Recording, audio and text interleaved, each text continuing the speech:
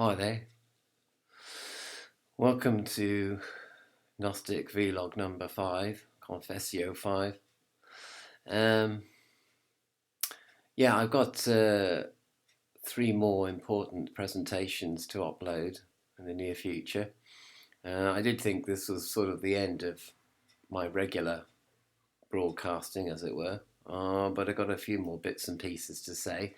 And then I think, as I said before, I think I'm going to start uploading some of my poetry, which is included in parts 1 and 2 of that was my book, Gnostic, Grail Gnosticism, and then there's the sayings of the Magos, parts 1 and 2, and there's a lot of material there.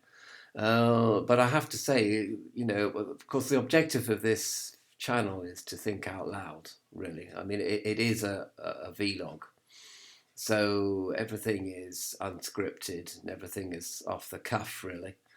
And it doesn't necessarily reflect what I'm going to be saying in the future.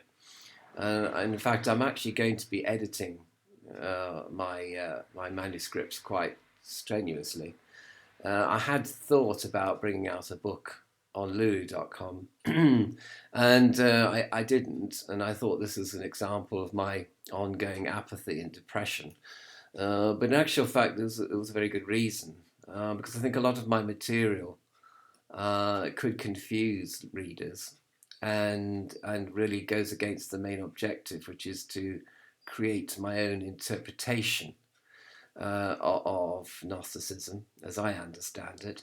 And so it was a bit confused with references to Gnostic Gospels of one kind and another, and references to Gnostic cosmology and key points of theology, all of which are quite interesting, but perhaps some of the points may detracted from the sort of the main simple points I wanted to make about Gnosticism. And over the weeks since this channel was created, I have sort of been thinking out loud and hoping to stimulate a debate. But I've since learned that Gnosticism is incredibly niche interest on YouTube. I mean, there's hardly anybody really who's interested in having a debate about Gnosticism. I guess that Gnosticism, the message of Gnosticism is so simple, actually, that it hardly needs any debate. And and people are interested in the creativity surrounding modern Gnosticism for sure.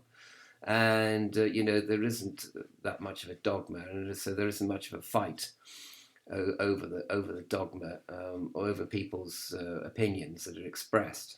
And I suppose there's almost pretty much agreement between Gnostics about a lot of points of theology, even though there's no formal agreement. So, which makes quite a good sign, I suppose, really, that there's a sort of, over the decades, there's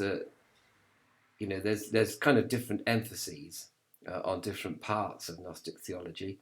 That's a certain given, but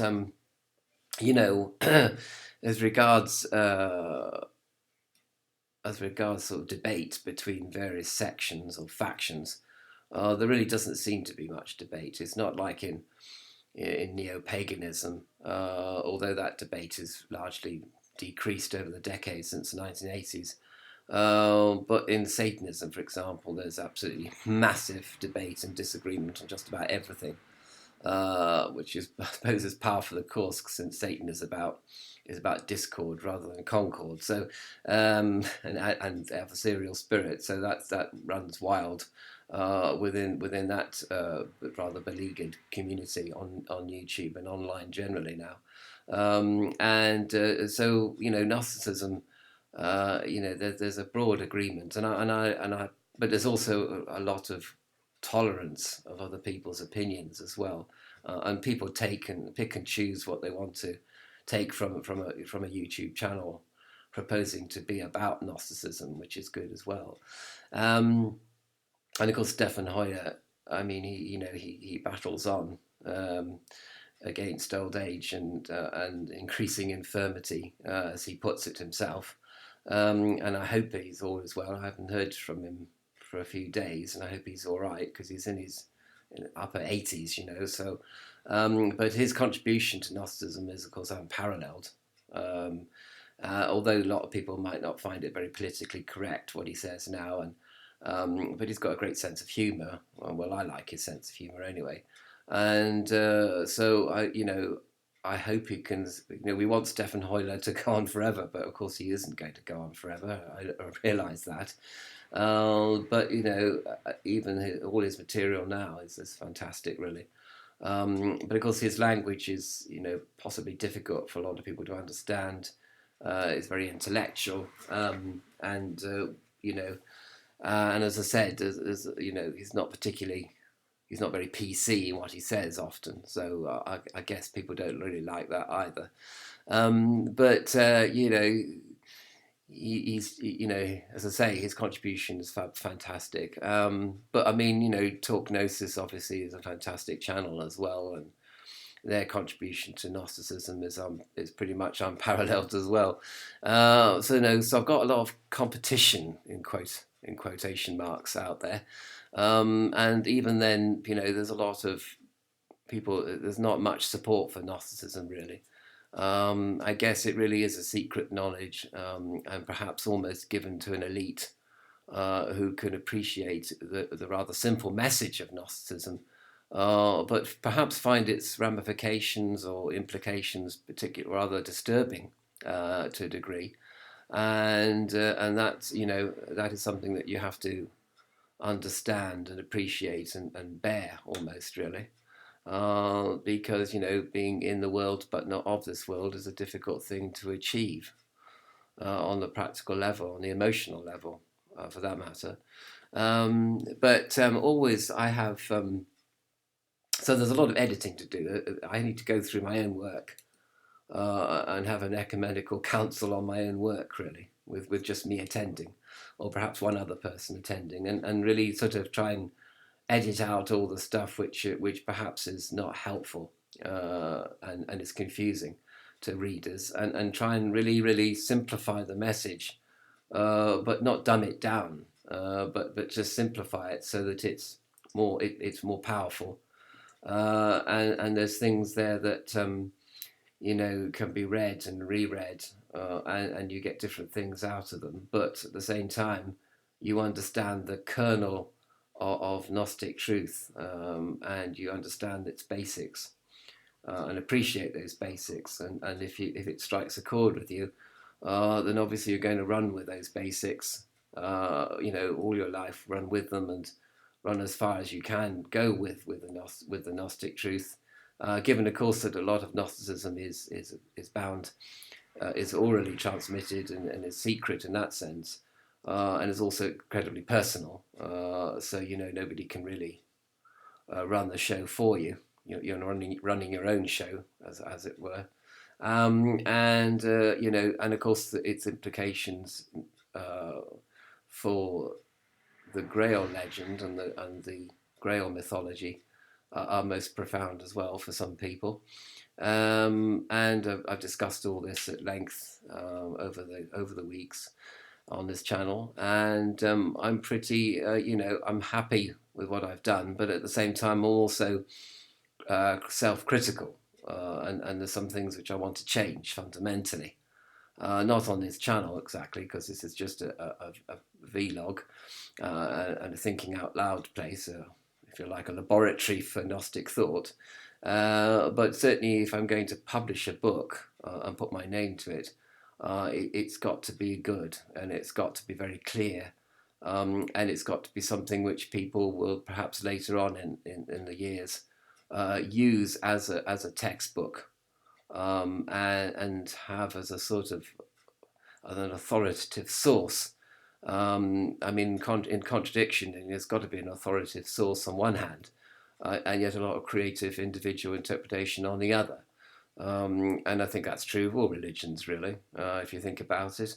There's people out there who interpret Christianity on a very personal level, and look for salvation from Christ in a way that only they understand, and other people are not privy to, which I think is good and which I think is healthy, and perhaps the basis of it. So there's a lot of privatization of religion, especially in Gnosticism, one might say.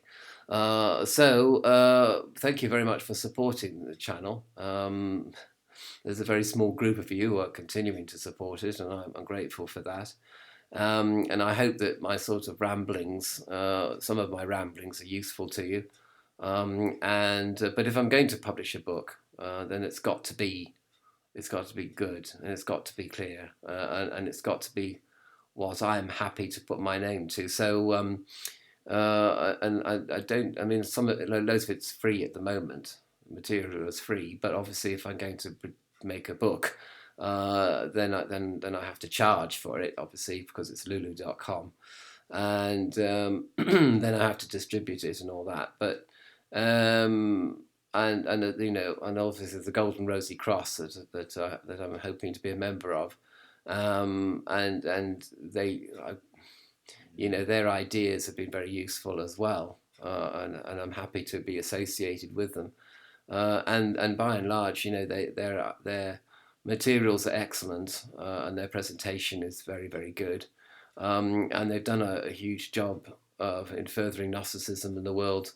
since 1924 through Rosicrucianism, Gnostic Rosicrucianism, as one might call it, although that's probably a subject for another discussion, really, connection between Gnosticism and Rosicrucianism. But anyway, the Golden Rosy Cross has done a fantastic job over the decades, and I think their contribution has been in many ways unique as well, really, and it's polished, and it's it's out there.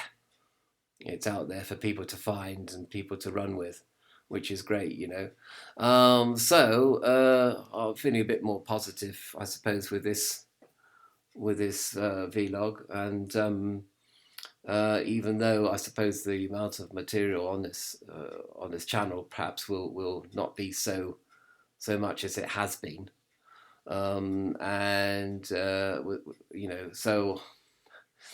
but I'll keep the vlog going anyway, and I hope you bring up to speed on what is happening, if there's anybody out there actually interested, which I don't know. But anyway, it doesn't really matter. There's somebody out there interested, even if they're not incarnate on this world, in this world.